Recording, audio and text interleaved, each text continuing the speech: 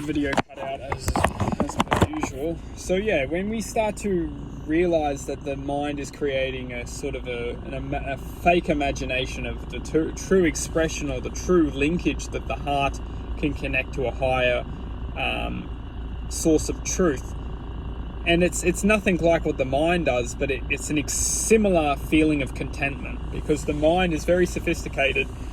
And it works on using food to its advantage. It's like food is just a form of a substance that us humans we use to survive. And by using this substance, it can essentially use the substance to connect and influence itself with it. So when we're eating rubbish food, such as heavily processed foods, such as anything that is not a form of true form, such as we can connect, we can feel good, hearty food. We know it. We're intuitive beings. We can definitely learn to start connecting to just good food. We know it. We've felt it.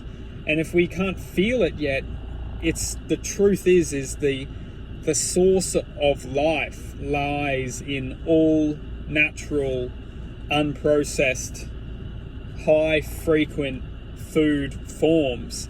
So the food that we're putting in our body is the expression of ourselves.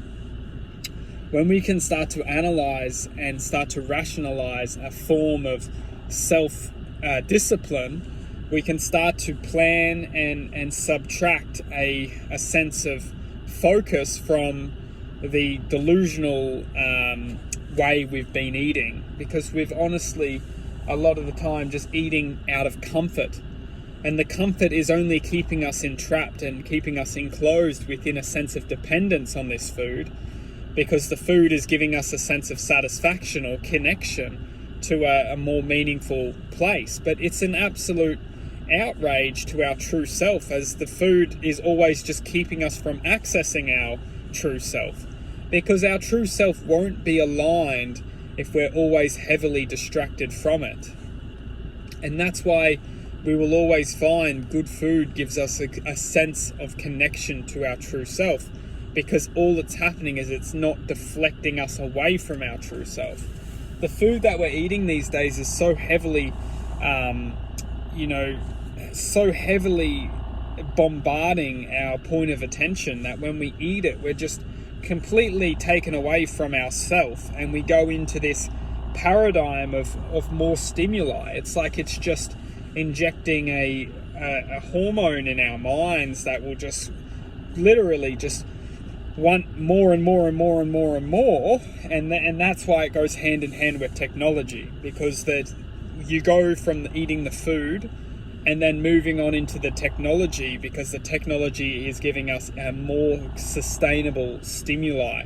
It's giving us, we don't need to eat anything, we can just connect to it and literally lose ourselves in it. So the food gets us started, the food gives us that halt, that jump to really just focus our attention on the technology, and that's when the technology just grabs us in its grips and doesn't let us go until we maybe wake up in the morning and we do it all over again. And that's the truth, is in the mornings we always have that head start, because we come into a neutral sense of being, and in the morning we get to have a chance to recap of what we've learnt from that previous day. So the morning, when we're stimuli free and we wake up in the morning, is the most powerful moment to form a sense of a development plan, or a sense of focus, or a sense of what did I learn yesterday that didn't serve me.